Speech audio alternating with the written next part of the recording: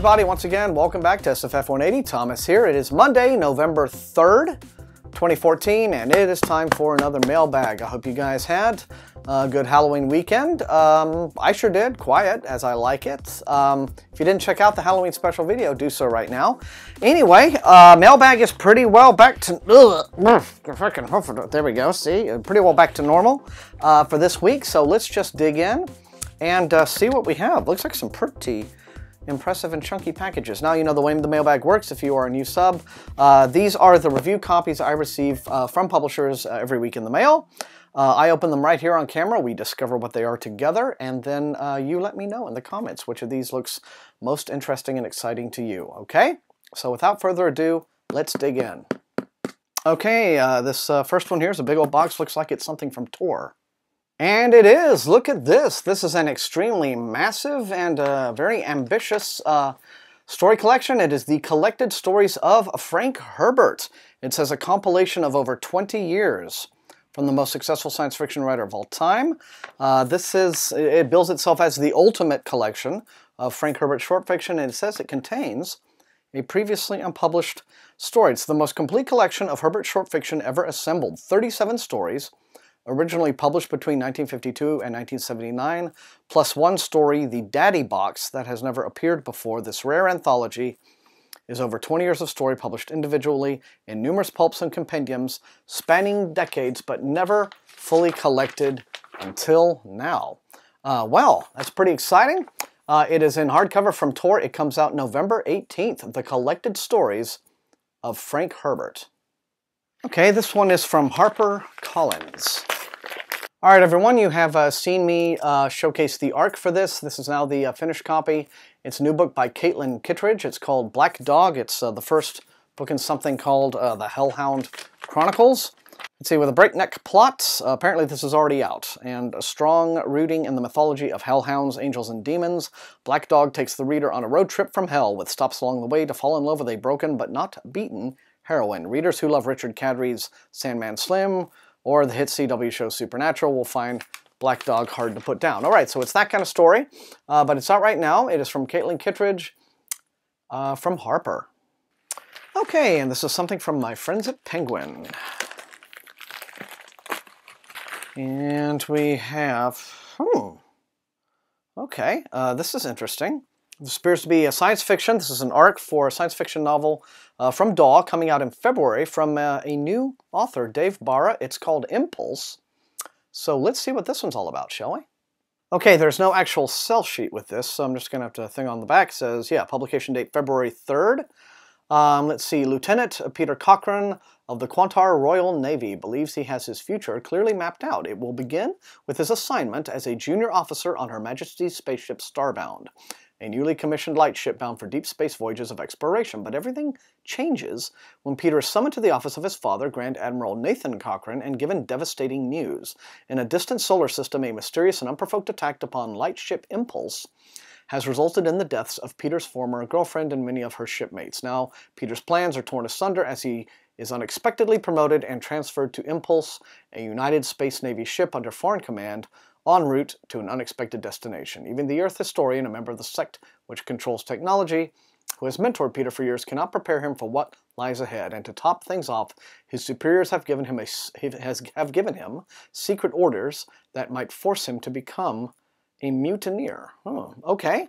Well, sounds like there's all kinds of thrillery stuff going on. Some fairly familiar tropes being played out in the premise, sounds like. But anyway, this is called Impulse. The author is Dave Barra, and it comes out February 3rd from DAW in hardcover.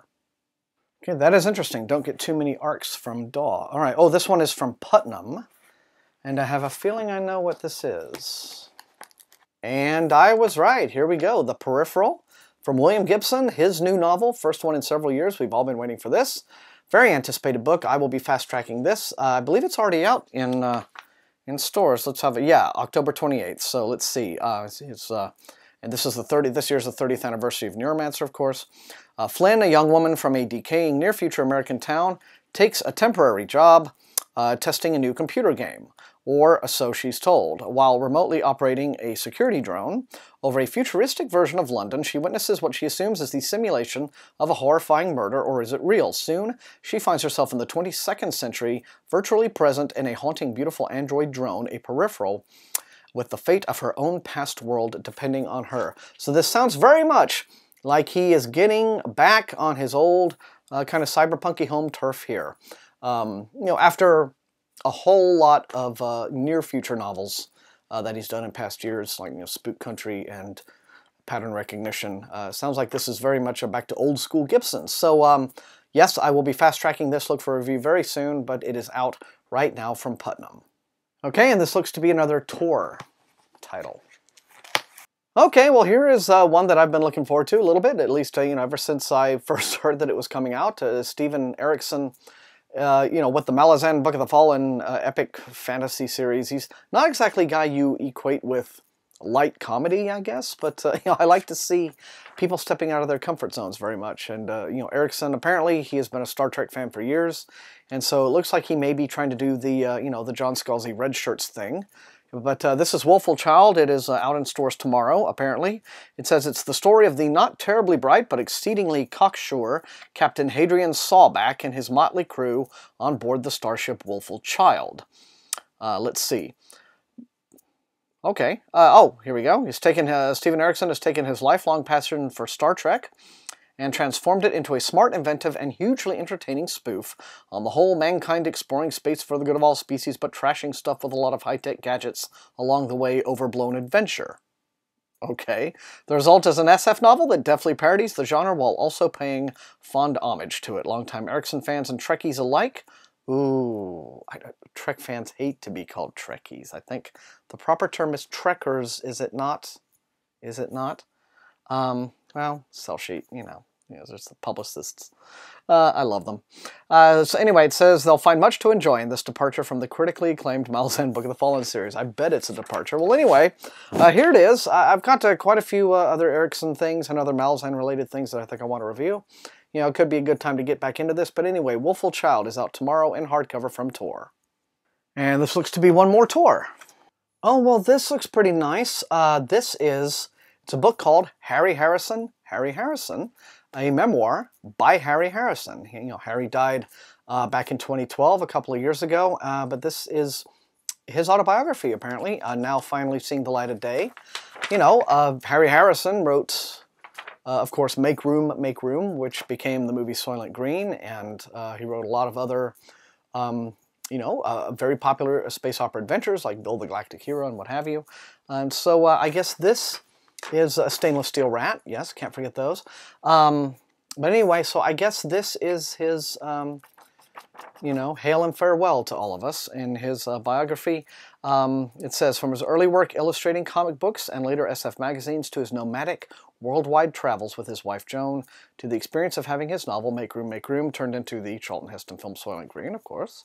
Harry Harrison will have something of interest to readers even if they have never read one of his clever and influential fictional works. And you should try to dig some up, by the way.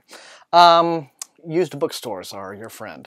Fans will also learn about some of his unique qualities, such as his lifelong interest in spreading the Esperanto language, first encountered while he was serving in the Air Force, and later championed by Harrison, including writing the first ever Esperanto SF story. So maybe not necessarily a trailblazer in all things. I don't think Esperanto ever caught on.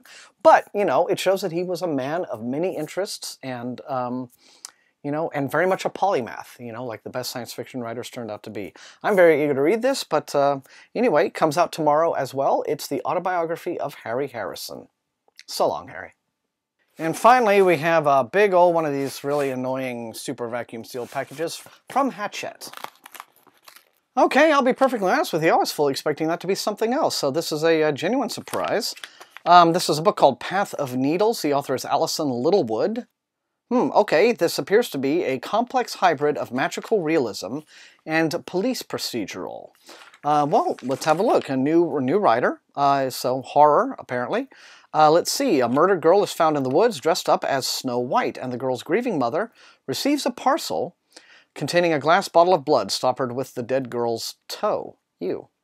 Academic Alice Hyland is an expert on fairy tales and the natural choice for Police Constable Kate Corbin to consult in the bizarre killing. Kate's boss, Detective Superintendent Heath, isn't convinced of the connection to folklore until a second girl is found, this time dressed as Red Riding Hood and with claw marks gouged into her flesh as if a wolf had attacked her. As she dives deeper into the case, Alice begins, typo, to suspect a supernatural force somehow guiding her to clues. A series of uncanny events seem to be pointing her in the right direction, but she's not the only one noticing. By the time a third girl is found in the local castle, they have a local castle. Nice town. Heath begins to wonder if their fairy tale expert knows too much, and Alice finds herself a suspect.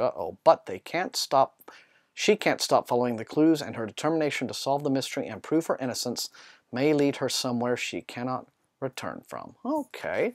Oh, interesting. Well, this is Path of Needles, a fairy tale inspired murderer, or could it be more, is stalking this little town that apparently has a local castle. Alrighty, this is released, when does it say? December 9th. And that is it for this week's mailbag. Pretty exciting mailbag, I think, this week, if I do say so. Quite a lot of interesting stuff, some highly anticipated new books, plus a few genuine surprises. So you never know. That's why I love the mailbag. Never know what is going to turn up. Anyway, as always, light up those comments. Let me know which of all of these looks most exciting to you. If you enjoyed watching, please leave a like, share the video far and wide with your SFF reading friends online. And until I see you all next time, happy reading. Thanks to all the new subs, and please subscribe. That is what helps this channel to grow.